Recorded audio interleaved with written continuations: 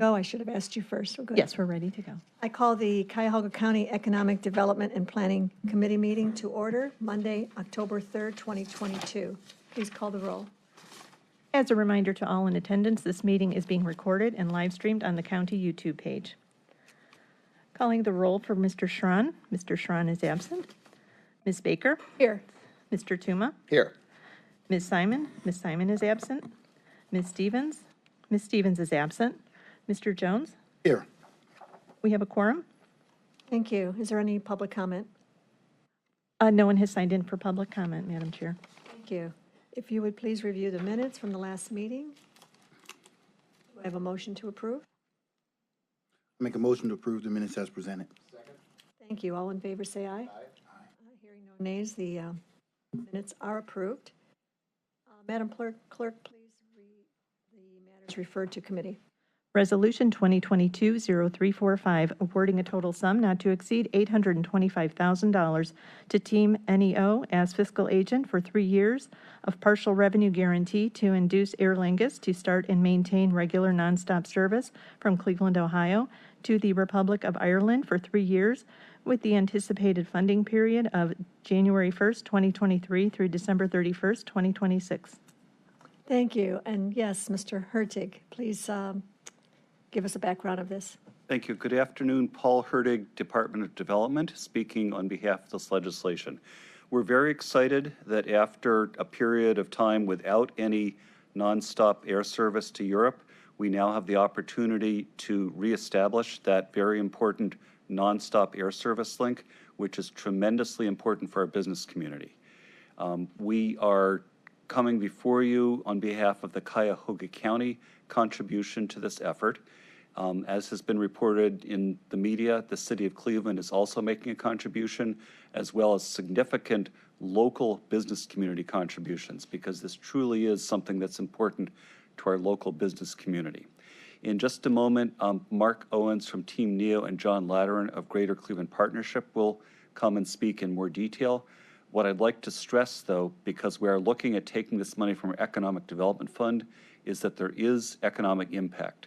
The estimate, as Mark and John will talk to you about, is $85 million in economic impact from restarting this nonstop air service. So to us, this is a good investment of our public funds. It's an appropriate use, and the Department of Development strongly supports this $825,000 funding commitment. Okay, thank you very much. Any questions for Mr. Hertig before we hear from our guests? There's the $85 million.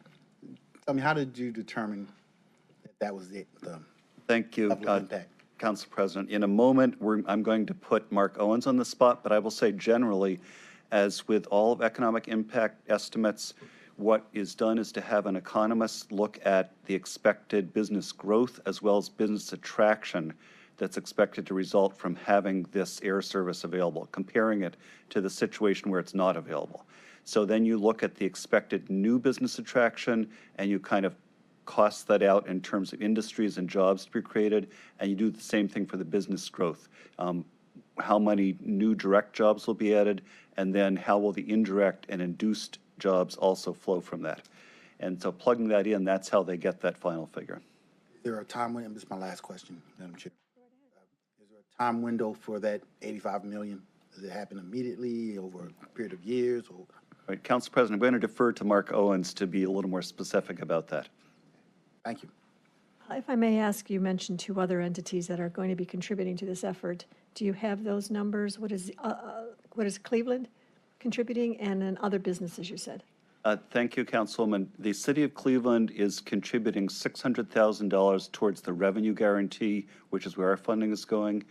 The approximate total, and again, Mark Owens may be able to be more precise, the approximate total of the local business commitments is approximately $1 million towards that total. So between the 3, the million, the 600, and the 825,000, we've met the goal? Yes, we have, Councilwoman. Okay, thank you. No other questions? Do you have any questions, Councilwoman? All right. And excuse me, Madam Chair, if I may call the roll for Ms. Stevens? Sure. Thank you. So thank you.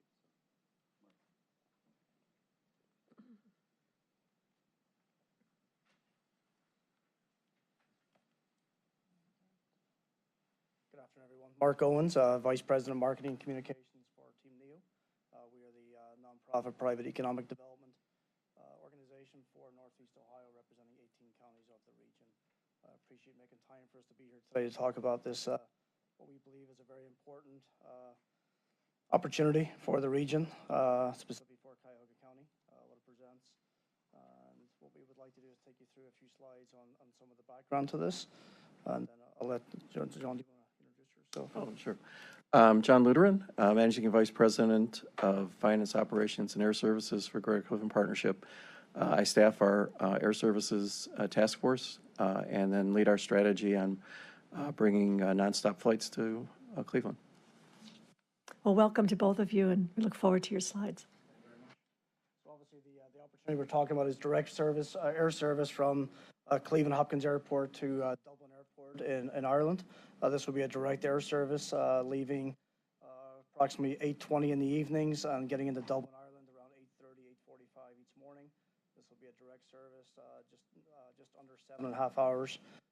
Again, opening up opportunities as a gateway to Europe. So we look at this opportunity, it's going to be 4 times per week is the service. It'll be Sunday, Monday, Wednesday, and Friday will be the service. We estimate this will be 162 flights annually, adding just under 60,000 seats annually round trip from Cleveland to Dublin. The aircraft they're going to be flying is a new A321 Airbus, brand new plane with 184 seats, also including 16 business class seats. The question earlier on economic impact, I thought the gentleman did a great job of answering the question in terms of how we get those numbers. It is, we do use the resources of our research team, economists, and when we can start to see that revenue. The flights don't start till May next year. So obviously, for us to say that impact's going to be seen immediately, it's not going to be immediately. It'll start when the flight service starts. But we do estimate, with job retention, job creation, add into that tourism. It's not just the business traveler, it's commercial travelers coming here as well, and what that's going to add to the bottom line as well. So that's all part of that number. Excuse me, Mr. Owens, if you could speak directly into the microphone so everyone Sorry. can hear. Thank you. Sorry.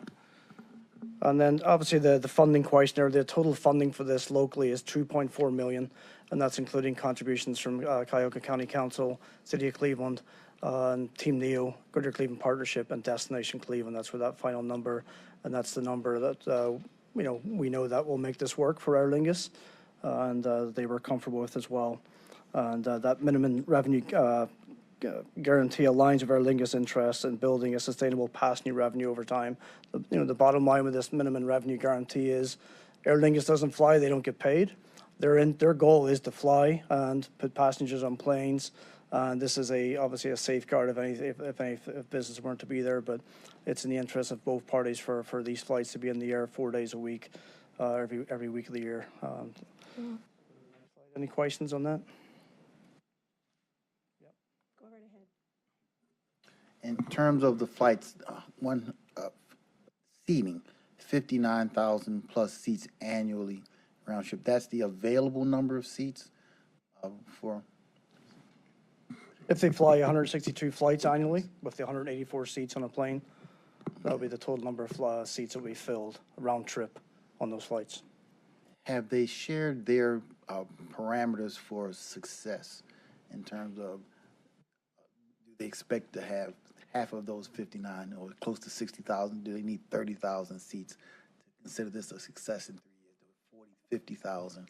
Have they shared what their parameters are or definition or metrics for success? It's a great question, and I think one thing that wasn't from a competitive issue during negotiation of this whole process, that's probably not something Aer Lingus would disclose openly in terms of they don't want us to know their bottom line, what their break even is. If we knew that, then who knows, the 2.4 million could become less, could become more.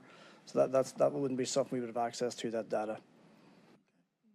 Ultimately, at the end of 3 years, they will make a determination if this has been profitable for them and something they would desire to continue doing. Yeah, we would hope after year one, they're going to start to see the fruition of the efforts of all the community partners behind this over the last. This has been a several years effort going into this, that they're going to start seeing that the business community supporting this, the commercial opportunity, and even the cargo opportunity presents itself as well. So we're comfortable after a year that they're going to start to see, okay, this was a good plan, this is a good agreement, and a good partnership, that this could go on for a lot longer than 3 years. Okay, thank you. Yes, go right ahead.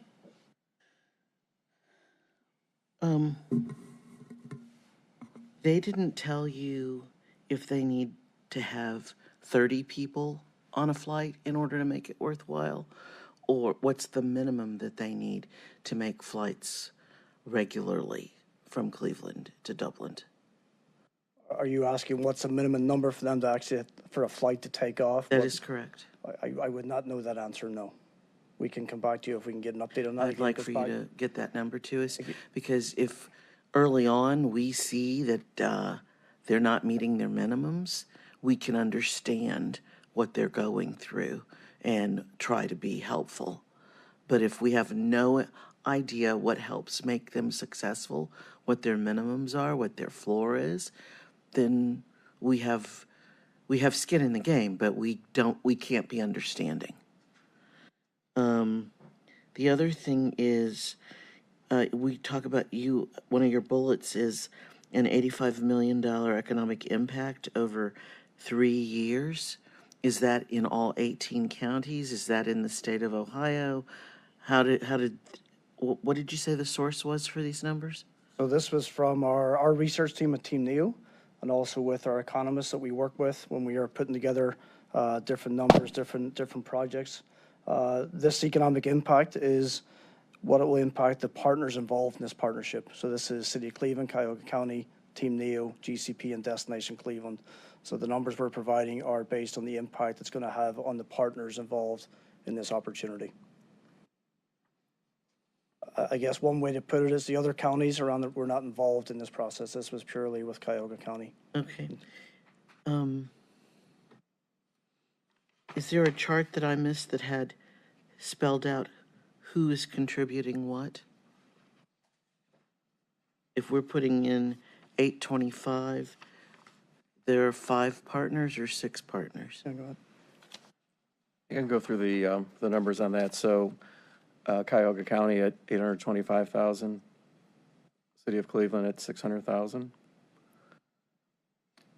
Greater Cleveland Partnership at 600,000, Destination Cleveland at 275,000, and Team NEO at 100,000.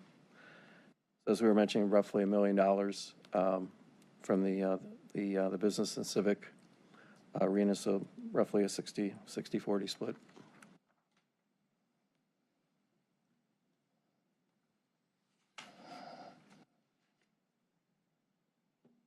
What do you think some of the, or do you know for sure, when we talk about economic impact, what sectors of the market we're talking about? Are we talking about manufacturing? Are we talking about healthcare? Which industries are we talking about? That's a great question. Obviously, manufacturing is it's a strong part of this opportunity for the region itself. With a lot of the healthcare is a market that the Cleveland area and Northeast Ohio obviously is very successful in. But now with the opportunities that semiconductors and EV presents itself in Europe, it's industries that have been growing and thriving. That are also looking for partners in the U.S. in terms of our conversations with our partners in Europe. So we do anticipate a lot more conversations with manufacturing organizations, but especially in the semiconductor, EV, and healthcare sectors as well. So this is something that we've had conversations with when we do trade visits to Europe, for example. It's one thing that has come up for years is how do we get there? And it's a barrier that has come up over the years in terms of, well, I got to fly through here to get there. There's access there already, so they'll just go to Newark or maybe Chicago. So we just know from our conversations over the years that this is the access to air service directly to Cleveland has been a barrier to organizations in Europe, for example, in manufacturing, semiconductor, EV, healthcare, and other sectors as well.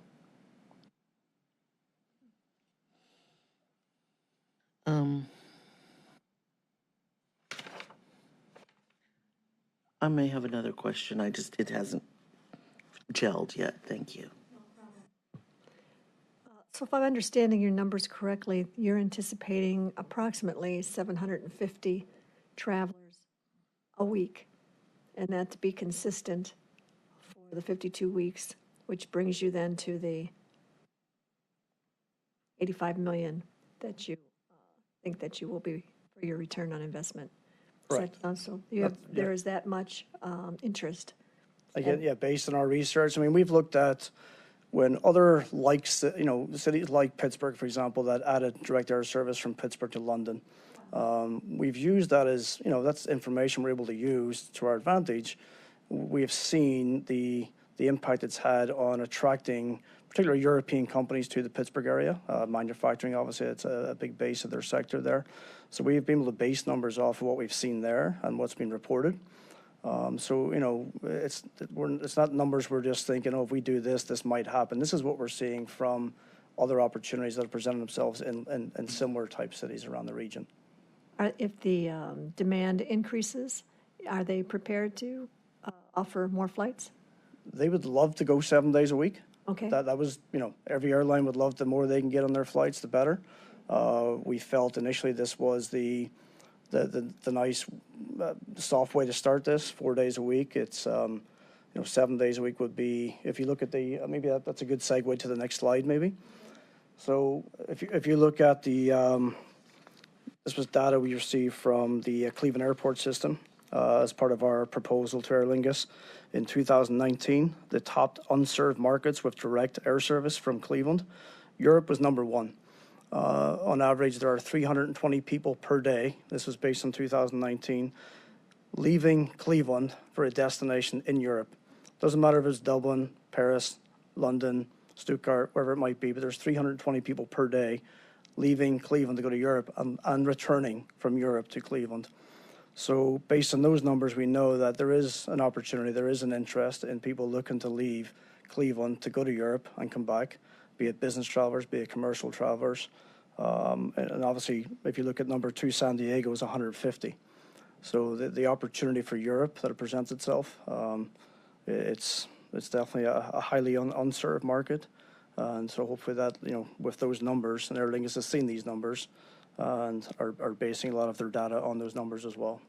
So if you have a 320 Europe daily, take that by 7 days, you're over 2,000 potential. Potentially, yep. So you're conservatively saying 750. Correct. And actually, there's also a stimulation factor that occurs with direct service. So the thought is that, folks that maybe wouldn't have traveled before will start traveling, so. Madam Chair, can we go back to, they used Pittsburgh as an example, which is a very comparable community to, the Allegheny County is pretty comparable to Cuyahoga. Talk to us about their numbers again, please. Whilst I can't talk to the particular numbers, again, our research team, the economists that we work with, are the ones who compiled. This was a truly collaborative effort among all the entities involved in this. So again, I can only speak to what I know where the data came from. In terms of the individual specific numbers, I'd be happy to try So, track some for of that down. example, what is the demand in Pittsburgh for European travel? I Is guess it comparable? it was comparable enough where British Airways initiated a direct service from Pittsburgh to London. Direct. For 4 days a week or 7 days Theirs a week? is, Yeah, it's less than daily. so I think it's 4 days a week. And then what was their, when did they institute that route? It was instituted right before the pandemic started, and then was paused and then restarted again this year. And what did they project their economic impact to be? I would have to come back to you on that exact number. And were their flights about the same? I mean, British Airways is a larger airline than Aer Lingus. So were they projecting larger? Were they sending larger planes, or was it comparable? Do you know the size of the? Yeah, I don't know the exact number of seats on those planes, but was a larger plane. Thank you, Madam Chair. You're welcome. Any other questions? Well, it certainly is exciting. Do you have one more slide to go through? Yeah, if I can get it to. COVID impact. There you go.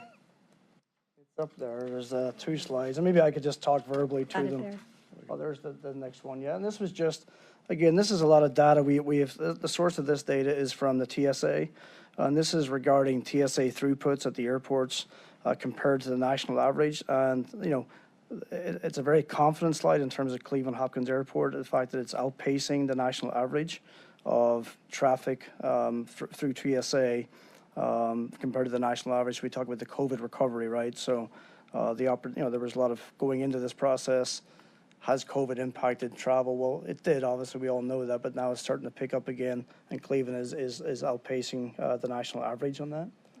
I think that was the last slide, yeah, so. Okay, well, it's certainly a very exciting project, and it's good that you have a variety of partners. No one's in 100%, no one's even in 50%. So it's good to see that you've gotten the support outside of Cuyahoga County and outside of Cleveland.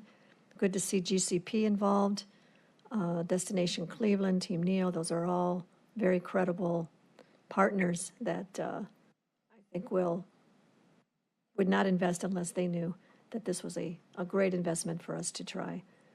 Any other questions from our? Seeing none. To the chair, Paul Hurdy, Department of Development, we are requesting consideration of the second reading passage of this item. It is important that the different public sector and private funding streams come together and be finalized so the whole package can be finalized as quickly as possible. So even though there is a May 2023 launch, you have a lot of paperwork to do before that, and tickets are already selling, if I heard you say that earlier. So that it seems understandable. Madam Chair, are the other sources, are they all approved already? I can speak to Cleveland. Cleveland is moving as quickly as they can to passage. I believe they're slated for next Monday. They are, correct. Next Monday passage. GCP, Destination Cleveland, and Team NEO have all approved their amounts. That's Do you have full commitment letters from the other sources? We do. And is there a commitment that if one or more backs out, that we come back and discuss this again? So, yeah, if there were any changes, again, we see the opportunity here, how successful this could be. And, we're hopeful that with all parties concerned, that this will pass as hoped. Paul, you're very certain that all of this is on its way and we're not the first dollar in, nor will we be standing alone? This is solid. The 3 business groups have come in. Cleveland's right on track. Okay. So we're good. Good question. Anything else? All right, so can I have a motion to move this item to the full body of council for second reading suspension? I'll make that motion. Thank you. Would I have a second? Second. Thank you. All in favor, say aye. Aye. Hearing no nays, you have been approved. Thank you, and congratulations. We wish you the best of Thank you, luck. appreciate it. And Madam Chair, if you would add my name to the. Sure.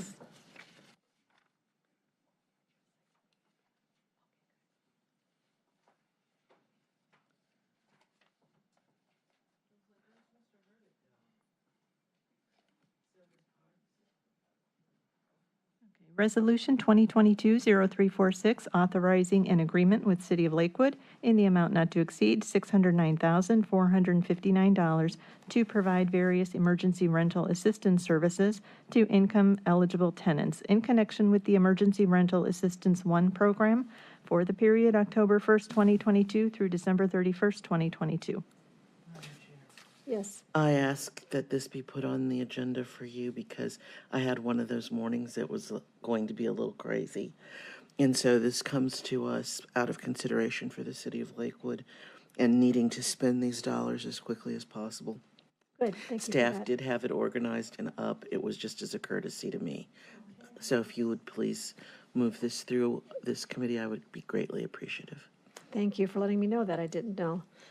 Okay, so welcome, and I guess state your name for the Sarah record. Parks Jackson with the Department of Development, and we Thank you. too are forever grateful that we could move this item forward in this committee, so thank you, Madam Chair and Madam Chair. Sure.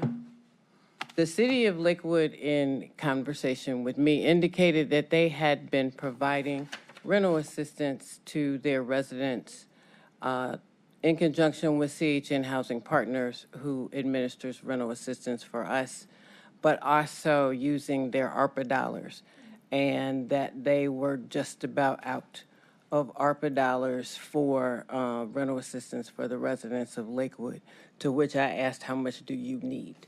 Additional conversation with the city of Lakewood and their nonprofit organization resulted in the amount of $609,459. This is ERA 1 from the state reallocated money, which we received. The contract will be from October 1st, 2022 to December 31st, 2022. However, the eligibility period is April 1st, 2020 through December 31st, 2022. And we are asking that the resolution be amended just to include the eligibility period so that there is no confusion. This is part of the state, again, the state reallocated funds that we received in the amount of $51,233,000. Our direct allocation from ERA 1 of $25,494,000 needed to be completely expended by September 30th, and it was. So we are getting ready to close out ERA 1 county. We have obligated of the ERA 2 funds, we've obligated all but $3 million roughly. Those funds will be obligated and brought to committee shortly, introduced and brought to committee shortly, because Treasury is allowing whatever is left of ERA 2 that has not been obligated to be obligated to affordable housing projects. We just received affordable housing project applications. They are being reviewed. And once they are reviewed and we go through the necessary steps, they will come to this body for approval. Lastly is the ERA 1 that we received, the state reallocated money, which was $51 million. In total, we received $103,720,231 for emergency rental assistance. We have spent $30 million assisting over 5,000 residents. We have obligated $53 million. So we're looking at about $20 million that we are aggressively working to get out to the people that need it. We have contacted the cities, 4 of which are going to have CHN Housing Partners come directly to their community center or their senior center, along with legal aid. And they're going to work directly with those residents there. So if there's a legal problem, along with the mediation center. So we're providing the housing stability portion through legal aid and the mediation center, along with having CHN come directly. We have 1 judge in Garfield Heights that has agreed to allow CHN Housing Partners to come to her court. And we're still working out the details of that so that we can have direct contact. So this is, I guess we're on the 10 and trying to get through, if we can hopefully get the entire $51 million that was reallocated to us from the state spent. Not worried about the ERA 2 because that's an obligation. Once I have 100% obligated, which I intend to have by early November, I present a draw to Treasury. We draw down the last $8 million, and then those funds don't have to be expended until 2025. So for this intended purpose, are these funds, the $609,459, is that coming out of the ERA 1? That is. Madam Chair, they are coming out of the ERA 1 state reallocation dollars. Any questions? Just a comment. I'm very proud of the team that pulled this together and applied for it, specifically under the leadership of Sarah and Paul, that they aggressively sought money that was going to go back to the federal government to take care of our residents. If more members of our team focused on those kinds of things, we'd all be better off. But these folks who've hit hard times are now seeing the benefit of our staff going the extra mile. And these are members of our communities that really need help. And so I couldn't be more grateful for them going the extra mile. And at this time, I'd like to move that this be moved to the full body as expeditiously as possible. Now, second. Before we do that, any other questions? I just have one for you. With the pandemic, thankfully, in our rearview mirror, even though it's not gone, but we live with it, people are trying to get back to work and getting back to where they were in 2018, 2019. Do you find that the need is diminishing, that the need for the emergency assistance is starting to show some relief, that we don't perhaps need the funds like we did perhaps in 2020 and 2021? Madam Chair, I think the need has decreased, but the need existed before the pandemic. It will exist after Okay. the pandemic. That's the one good thing about the emergency rental assistance, $2 that they can go into the year 23, 24, and they don't expire until 25. There's a need for funding for a demographic that HUD or Treasury is not serving, and these funds can only go for those who are 80%. Those folks between 80 and 120% are still suffering, and everyone is looking at how we serve those folks. Because they have jobs, their jobs don't pay enough, and they get behind. So how do we help? Madam, Before we had the pandemic, were these underserved and we didn't have the resources to help them? In no way has this pandemic kind of opened the door for more funding when we didn't have it in 2019? That's correct. We did not have the funding. And this helped immensely because of the number of people who either lost their employment or saw their employment reduced. We saw people facing a greater sense of homelessness or housing instability. So these funds assisted wholeheartedly with that. It's still a struggle to help those folks. And again, the folks who don't meet the eligibility criteria because they make $2 more than what is allowed based on their gross income. Okay, and I know you said this, but just how long do you expect for these funds to last in order to serve those that are in most need? The ERA2 funds are the only funds that we have that once we obligate at 100% will still be available past the end of the year. Past the end of the year, okay. For the ERA2, what kind of funds are in that ERA2? In ERA2, we received $26,991,928.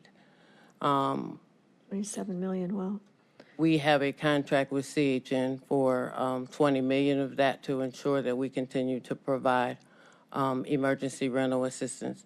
The remainder of those dollars, $3 million, will go to affordable housing projects, and the remainder are contracts that we let for housing stability purposes with the Mediation Center, Legal Aid, and others.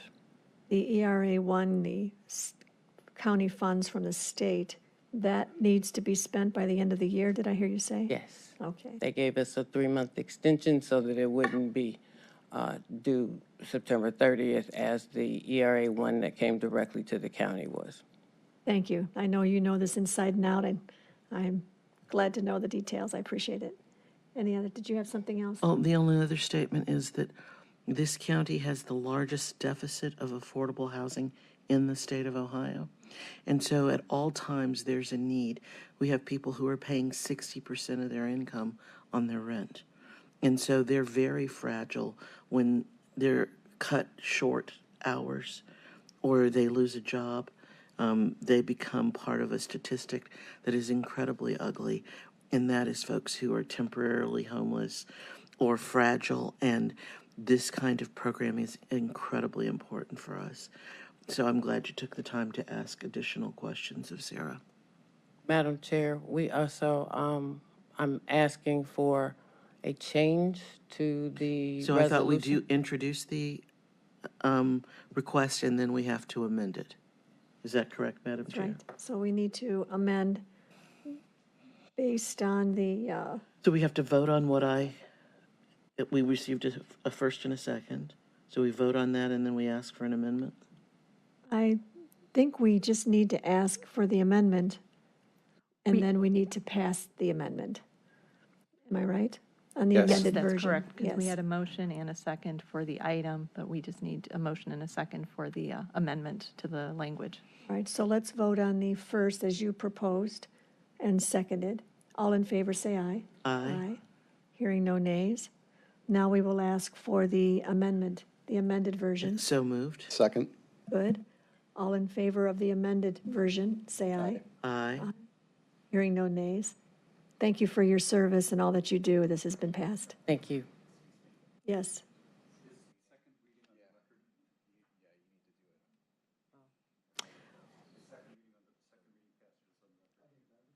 It did not, the second, so we would need an amendment.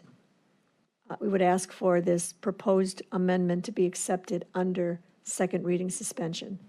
May I have a, So moved. so moved? We- Second. Do we need to withdraw the prior amendment, or is this okay? I think you're okay because you're voting on it. You made the amendment, which Right. passed. You're going to vote on then I'll this second as that. amended Okay. first Thank you. I'll second that. consideration under second reading suspension. Thank you. Second? All right, all in favor, say aye. Aye. Hearing no nays. Now you have the authority, and thank you for your service and all your you. work on this. Thank you. Appreciate it. All right, any other miscellaneous business?